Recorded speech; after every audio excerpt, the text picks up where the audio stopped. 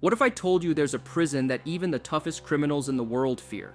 It's hidden deep in the mountains of Colorado, ADX Florence, which is also known as the Alcatraz of the Rockies, a place designed to break men who thought they could never be broken. This is where America locks away the most dangerous of the dangerous terrorists, cartel bosses, who will never see freedom again.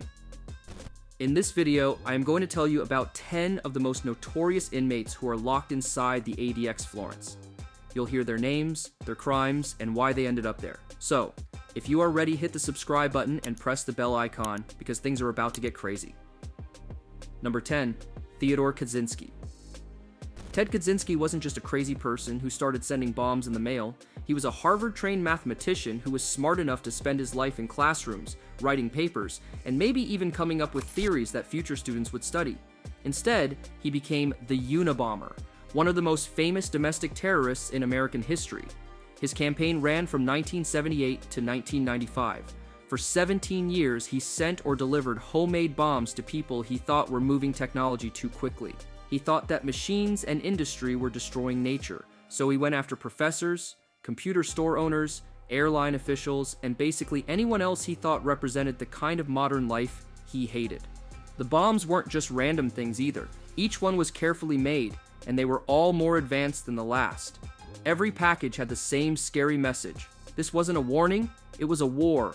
3 people lost their lives. There were 23 more injuries. Some people lost fingers, some lost their sight, and everyone lost the feeling of safety that comes with opening a package at work or walking through an airport.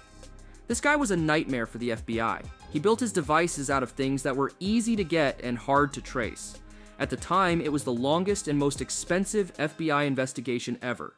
Every hint led to a dead end. Every lead just went nowhere. It seemed like he would never be caught for years. They finally caught him in his small cabin in Montana in 1996. It's 10 by 14 feet, which is smaller than most people's bedrooms. There was no running water or electricity, just piles of notes, tools, and his own devices. The so-called genius who used to do well in school had become a hermit who built bombs in the woods. Kaczynski spent most of his time in ADX Florence, where he was mostly alone. He was later moved to a medical facility, and in 2023, when he was 81, he killed himself. His story still gives me chills because it makes me wonder how someone so smart could turn it into something so bad. People still read his manifesto today, not because they agree with him, but because it shows how dangerous an idea can be when it gets too obsessed with itself. Number 9, Zacarias Moussaoui. Now let's go to the early 2000s. Zacarias Moussaoui was the first person found guilty in a US court of having a direct role in the 9/11 strikes. The other people called him the 20th hijacker. It was almost by accident that Moussaoui, a French national with Moroccan roots, was caught. A few weeks before 9/11, he went to a school in Minnesota to learn how to fly. He really wanted to learn how to fly big business planes, but he didn't want to learn how to fly any other way. The only thing they want is to be taught how to fly a big plane. That sent up a lot of red flags right away. On September 11th, 2001, Moussaoui was already locked up. In the end, his hearing was a mess. He fired his lawyers and chose to defend himself in court, where he kept making strange threats and comments. It looked like a show sometimes and a court case other times. There was no death sentence, even though that was what the prosecutors wanted. Some of them didn't think he had a big enough part in the hijackings to deserve to die. He was given a life term in prison in 2006 with no chance of parole. Rome put him in jail, but he caused a lot of trouble even there. Special administrative measures say that he can't talk to people outside of jail very easily. You can't get calls or mail, and only lawyers can come to see you. This is so bad that he has called his life inside psychological torture, saying that being alone is meant to break him. Number 8, Joaquin El Chapo Guzman. Then there's El Chapo, whose name everyone knows. You might picture drug cartels, prison breaks, and tunnels when you hear that word. It wasn't a movie though. Joaquin Guzman was the real deal. He was in charge of the Sinaloa cartel, which brought a lot of drugs into the US and other countries like heroin, cocaine, meth, and more. Forbes magazine even named him one of the most powerful people in the world when he was at the height of his power. Take a look, a drug boss, like a banker or world leader, that's how strong he was. But what was it about him that made him famous? His getting away. That first time was in 2001, when he allegedly used a laundry cart to sneak out of a Mexican death row jail. Yes, a washing cart. After giving the guards money and opening the doors, he was gone. The second escape, which took place in 2015, was even stranger. His cell was right next to a tunnel that was a mile long. It was well lit, cool, and even had a motorcycle on rails to help him get away fast. Two guys with shovels didn't finish the job quickly. To free one man, it was almost like an engineering job. It worked for a while. In 2016, the Mexican government finally caught him again, and this time there would be no more games. He was sent back to the US in 2017. By 2019, he had been found guilty of murder plots, drug trafficking, and being part of an organized crime group. He was given a life term plus 30 years. He is no longer near the bunkers, bribes, or other things that kept him free. He is now at ADX Florence. He has said that the conditions are horrible and that he is sick, can't sleep, and is suffering in inhuman ways. Yet, this is most likely the only place where someone like him can feel safe. For years, he stood for invincible power, but the fact that he is locked up in Colorado and can't talk to anyone or anything shows that no power lasts forever. Number 7, Dzhokhar Tsarnaev, April 15, 2013. When people finish the Boston Marathon, they usually celebrate, feel proud, and are tired. But this year, the finish line was a mess. 2 bombs made of pressure cookers were set off by Dzhokhar Tsarnaev and his older brother Tamerlan. Dzhokhar was only 19 years old. When they went off, 3 people died. A lot of people got hurt. There was smoke, blood, chaos, and fear that day, and I can still see them. A huge search was done for the man. It was pretty much shut down in Boston. A huge number of police officers, SWAT teams, and planes were there. Everyone in the city seemed to be looking for a man. Tsarnaev was killed by police, but Dzhokhar got away. For hours, no one knew where he was. He was finally found hiding in a boat that was behind someone's house. He had written something on the boat's walls. His reason for the bombing was what the US did in Afghanistan and Iraq, he said. The statement and the reason he wrote it on that scrawled note sealed the deal. A scary thing Dzhokhar said while being questioned was that the brothers had planned more strikes. They want to hit Times Square in New York next. The only thing that stopped it was that the stolen car ran out of gas. There was a very good chance that it would happen. In 2015, he was found guilty of all 30 counts. Putting him to death was the sentence. At one point, it looked like that phrase might not stick. An intermediate court threw it out, but in 2022, the Supreme Court put it back in place. He is now on death row in ADX Florence, a federal jail. Number 6, Terry Nichols. When people talk about terrorism in the US, Oklahoma City is always the first place that comes to mind.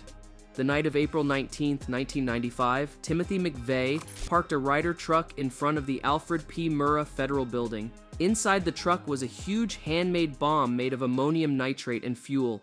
When it went off, it killed 168 people. There were 19 kids there. It was one of the worst starts ever in American history. It wasn't just McVeigh, though. He got help from Terry Nichols. Nichols wasn't at the crash site when it went off, but he was very helpful in putting everything together. He went with McVeigh to get things, mix poisons, store them, and figure out how to get them to the right place. There would have been no blast if Nichols hadn't been there. They became friends in the Army because they both didn't like the government. They were angry at federal police for things like the Waco attack and thought they were fighting a sick war against the government. When Nichols went to court, the jury heard all about the plot, the materials, and the plans. In federal court, he was found guilty of planning to use a weapon of mass destruction and killing federal officers as an accident. After that, he had to deal with the killings in state court. He was found guilty of killing 161 people in the first degree. That was 161 people sent to prison for life, one after the other. The term may be one of the longest ever given in the US. Nichols lived in ADX Florence for many years on a street known as Bombers Row. Just think about it, cells next to guys named Kaczynski, Rudolph, and Reed. The worst bombs in recent US history are all stuck in the same hallway. Nichols now lives there, a long way from the city he helped destroy. Number 5, Richard Reed. Let's go back to December 2001, not long after 9/11s. Before they flew, everyone was already scared. Then there was Richard Reed, the man who tried to blow up an American Airlines flight by hiding bombs in his shoes. Reed was born in Britain and grew up in London. He wasn't always a rebel. He got in trouble with the law a lot, spent time in prison, and felt like he didn't fit anywhere. He actually became a Muslim in prison, and over time, he became more and more extremist. He trained with Al-Qaeda in the end. The plan was fast and easy to carry out. He put about 10 ounces of PTN explosive in his shoes, put them on, and got on Flight 63 from Paris to Miami, he tried to light a fuse that was sticking out of his shoe while he was in the air. It must have been very scary to be 197 people in the air, thousands of feet above the Atlantic, and see this guy fumbling around with fire and explosives. We were lucky, brave, and smart in this case, though. The flight attendant saw. Many people jumped in. He was tackled and subdued, and the plane was sent to Boston instead. Reed was caught before he could finish what he was doing. Later tests showed that his explosives were the same kind that Sajid Badat, another Al-Qaeda member, had used. This wasn't just a thought, it was part of a bigger plan. Reed admitted guilt in 2002 and was given a life term. Number 4, Eric Rudolph.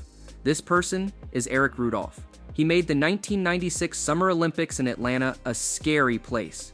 He put a pipe bomb in Centennial Olympic Park while everyone else was having a good time. One person died right away, another died later, and more than 100 were hurt when it went off. That strike would have been enough to make his name famously bad. Rudolph wasn't done yet, though. He went on to bomb abortion clinics and even a gay nightclub over the next 2 years. He made very dangerous bombs that were full of nails to cause the most damage. One of his bombs killed an off-duty police officer in Birmingham, Alabama, and left a nurse with lasting scars. After that, he was gone. Rudolph passed away 5 years ago and lived as a ghost in the North Carolina woods. He became famous for finding food on his own, stealing food, and using military-style survival skills. He was on the FBI's list of 10 most wanted, but they kept missing him. In 2003, he finally ran out of luck. He was looking through a dumpster behind a food store when a new police officer saw him. The years of hiding were over in an instant. Rudolph took a plea deal in 2005 to stay out of jail. He admitted to everything and even told them where the secret bombs were so they could be destroyed safely. In exchange, he got 4 life terms in a row. Number 3, Larry Hoover. Not every person in ADX is a terrorist or bomber. Some are in charge of gangs like Larry Hoover. He started the Gangster Disciples, which is one of the strongest gangs in Chicago history. Hoover's story isn't the same. He wasn't hiding in mountains or setting off bombs, he was running a kingdom from inside a prison. By the time he was in his early 20s, he had already been jailed for 150 to 200 years for killing someone. You'd think that would be the end of his crime career. That's not what Hoover did. Prison became where he ran his business. From his cell, he oversaw actions in more than one state. The Gangster Disciples turned into more of a business than a street gang because of drugs, extortion, and murder. It was called one of the smartest criminal groups in the country by federal investigators. The government finally had enough in 1995. They began Operation Headache, a study that will last for years. Hoover and a lot of his top men were charged with crimes under RICO rules in 1997. Besides the life term he was already serving, he got 6 more. Since then, Hoover has been in ADX Florence, where he is completely alone.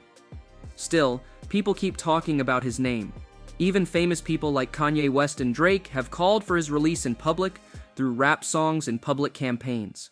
And in a shocking turn of events, Donald Trump commuted Hoover's federal terms in May 2025.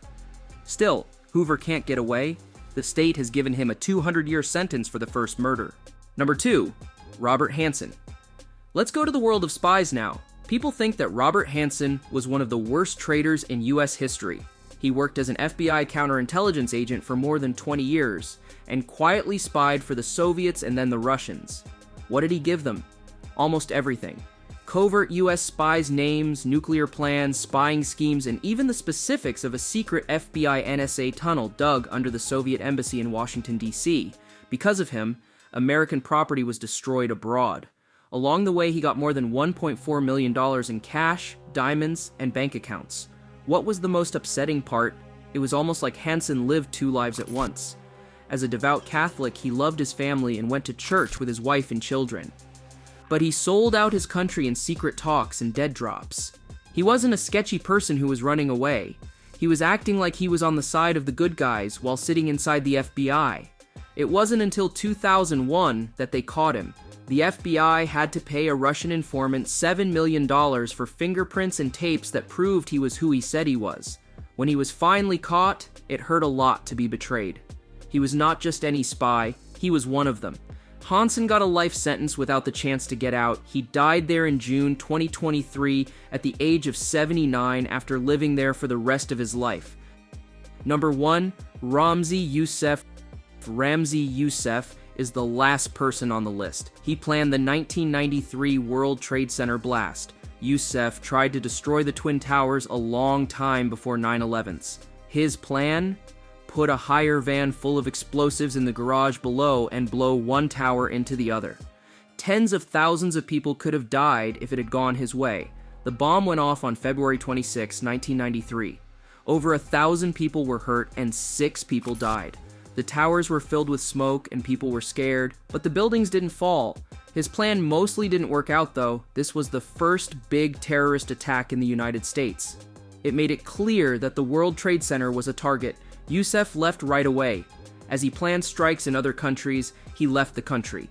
He was on the run for 2 years, going from Pakistan to the Philippines and other places. Finally, in 1995, he was caught in Islamabad by the police.